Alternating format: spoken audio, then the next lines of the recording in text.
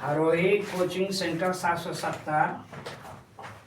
आपके सामने जो है एक जो है सवाल रखा गया है। देखिए लिखा है यह कि एक वर्ग की भुजा की लंबाई 14 सेंटीमीटर है। ठीक है ना। एक वर्ग है, ABCD एक वर्ग है और वर्ग के अंतःवृत्त और परिवृत्त की त्रिज्याओं का अनुपात ज्ञात करना है।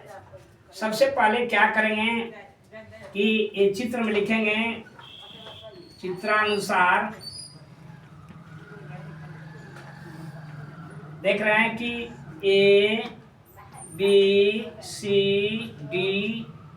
एक वर्ग है, और वर्ग जानते हैं कि वर्ग की चारों भुजाएं जो होती हैं बराबर होती हैं।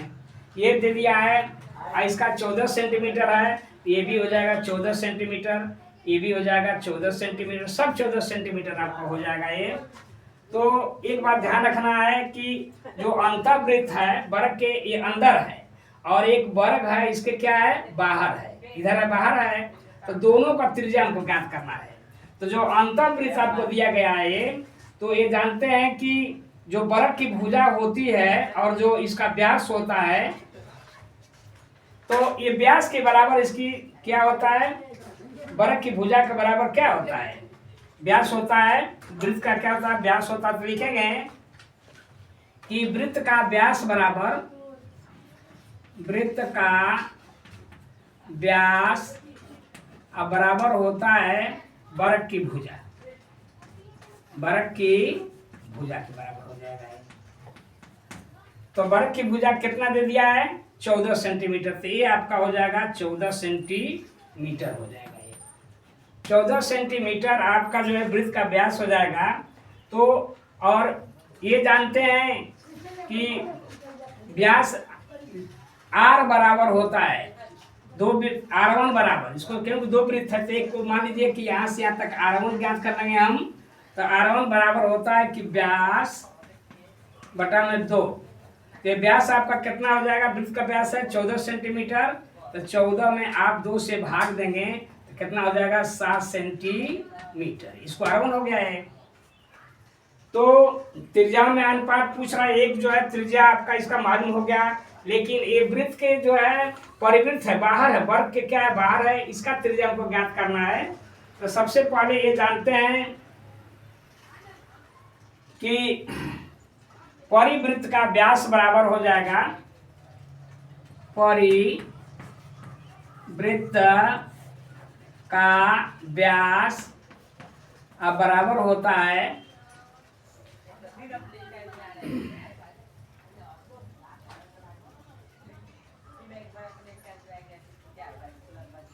ये जानते हैं कि परिवृत्त का जो व्यास होता है वर्ग भुजा कड़ी में होता है वर्ग का विकर्ण। ये हो जाएगा कि भुजा करणी में हो जाएगा कि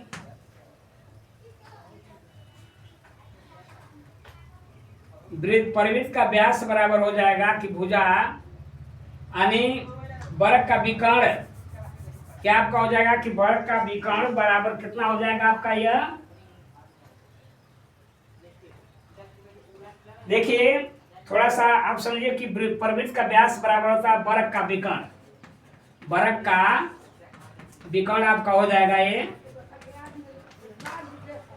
देख रहे हैं परिवृत्त का व्यास बराबर होता है वर्ग का विकर्ण, और वर्ग का विकर्ण बराबर होता है, सूत्र आप लिख लीजिए कि जानते हैं कि वर्ग का विकर्ण बराबर होता है, वर्ग का विकर्ण बराबर होता है कि भुजा करणी में 2। ये वर्ग का विकर्ण होता है। तो परिवृत्त का व्यास जो होता है वर्ग के विकर्ण के बराबर, देखिए यहाँ से यहाँ तक जो है ये आपका यहाँ से विकर्ण आपका हो जाएगा ये भी विकर्ण है। तो ये परिवृत्त का जो है व्यास बराबर जो होता है वर्ग का विकर्ण, वर्ग का क्या हो जाएगा विकर्ण, वर्ग का विकर्ण बराबर होता है भुजा करणी में 2 होता है। तो आपका हो जाएगा यहाँ पर भुजा इसकी कितनी है 14 है, तो 14 करणी में क्या हो जाएगा 2। अब ये आपका मालूम होगा कि परिवृत्त का व्यास बराबर हो गया, परिवृत्त का व्यास बराबर होता है 14 कड़ी में 2। तो अब ये बाहर है तो इसको R1 बराबर लिख लो। R1 बराबर क्या होता है, व्यास बटा 2। ये सूत्र अप्लाई करेंगे कि व्यास बटा 2 यानी 14 बटा क्या हो जाएगा 2, यहाँ कड़ी में 2 है तो 2 सत्ते 14 बराबर हो गया 7 कड़ी में 2। तो अब यह त्रिज्या को मान लीजिए कि R2 मान लीजिए। पहले क्या मान लिया है R1 व्यास बटा 2, तो अब ये हो जाएगा 14 बटा 2 बराबर 7 सेंटीमीटर हो जाएगा। और परिवृत्त का व्यास हो गया 14 कड़ी में 2 हो गया, तो इसका त्रिज्या ज्ञात करता है R2 बराबर हो जाएगा व्यास बटा में 2, तो 14 बटा 2 बराबर 7 कड़ी में 2 हो जाएगा। अब यह कह रहा है कि अंतःवृत्त और परिवृत्त की त्रिज्याओं में अनुपात बराबर। तो अभी ये लिखेंगे इस तरह से कि अंतःवृत्त संबंधे परिवृत्त की त्रिज्याओं में अनुपात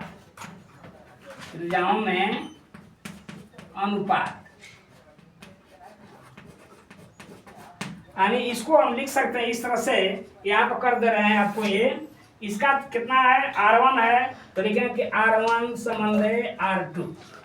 इसका कितना R2 है, अनुपात पूछ रहा है तो R1 का मान कितना है 7 बराबर हो गया 7 संबंधे R2 का मान कितना दे दिया है 7 कड़ी में 2। तो अब ये मान लीजिए कि 7 दोनों है तो कट जाएगा आपका, तो हो जाएगा कि 1 संबंधे यानी 7 से भाग देंगे इसमें और इसमें, तो 1 संबंधे कितना हो जाएगा कड़ी में 2। 1 संबंधे कड़ी में आपका 2 हो गया। यही जो है आपका अंतःवृत्त और परिवृत्त की त्रिज्याओं में अनुपात हो गया, जो कि ऑप्शन बी में दिया गया है। ऑप्शन क्या हो गया है, बी में दिया गया है, ये आंसर हो गया है। यदि आपको जो है वीडियो समझ आया है तो चैनल को जरूर सब्सक्राइब करें, लाइक करें। जय हिंद।